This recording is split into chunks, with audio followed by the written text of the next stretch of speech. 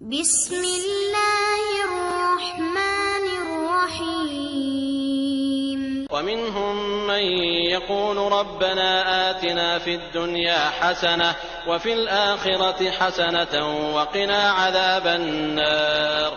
أولئك لهم نصيب مما كسبوا والله سريع الحساب. واذكروا الله في أيام معدودات فمن تعجل في يومين فلا إثم عليه ومن تأخر فلا إثم عليه لمن اتقى واتقوا الله واعلموا أنكم إليه تحشرون.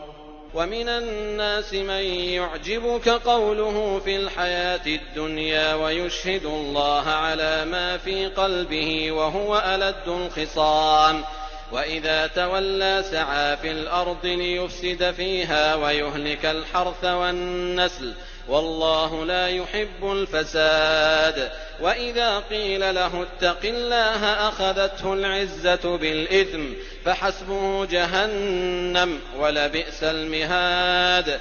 ومن الناس من يشري نفسه ابتغاء مرضات الله والله رءوف بالعباد.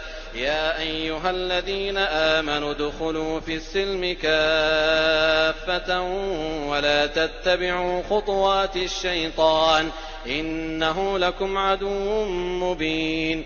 فإن زللتم من بعد ما جاءتكم البينات فاعلموا أن الله عزيز حكيم. هل ينظرون إلا أن يأتيهم الله في ظلل من الغمام والملائكة وقضي الأمر وإلى الله ترجع الأمور. سل بني إسرائيل كم آتيناهم من آية بينة ومن يبدل نعمة الله من بعد ما جاءته فإن الله شديد العقاب.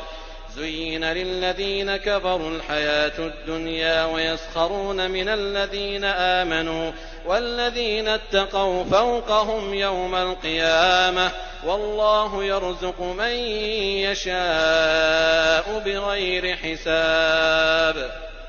كان الناس أمة واحدة فبعث الله النبيين مبشرين ومنذرين وأنزل معهم الكتاب بالحق ليحكم بين الناس فيما اختلفوا فيه وما اختلف فيه إلا الذين أوتوه من بعد ما جاءتهم البينات بغيا بينهم فهدى الله الذين آمنوا لما اختلفوا فيه من الحق بإذنه والله يهدي من يشاء إلى صراط مستقيم.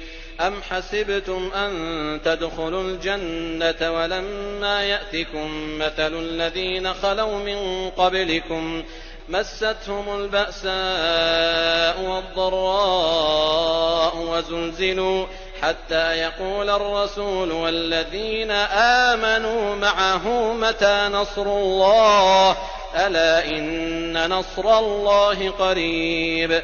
يسألونك ماذا ينفقون قل ما أنفقتم من خير فللوالدين والأقربين واليتامى والمساكين وابن السبيل وما تفعلوا من خير فإن الله به عليم.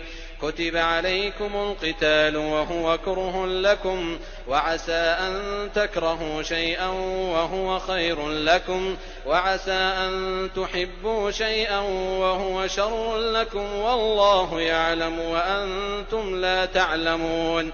يسألونك عن الشهر الحرام قتال فيه قل قتال فيه كبير وصد عن سبيل الله وكفر به والمسجد الحرام وإخراج أهله منه أكبر عند الله والفتنة أكبر من القتل ولا يزالون يقاتلونكم حتى يردوكم عن دينكم إن استطاعوا ومن يرتدد منكم عن دينه فيمت وهو كافر فأولئك حبطت أعمالهم فأولئك حبطت أعمالهم في الدنيا والآخرة وأولئك أصحاب النار هم فيها خالدون. إن الذين آمنوا والذين هاجروا وجاهدوا في سبيل الله أولئك يرجون رحمة الله والله غفور رحيم. يسألونك عن الخمر والميسر قل فيهما إثم كبير ومنافع للناس وإثمهما أكبر من نفعهما ويسألونك ماذا ينفقون قل العفو كذلك يبين الله لكم الآيات لعلكم تتفكرون في الدنيا والآخرة. ويسألونك عن اليتامى قل إصلاح لهم خير وإن تخالطوهم فإخوانكم والله يعلم المفسد من المصلح ولو شاء الله لأعنتكم إن الله عزيز حكيم.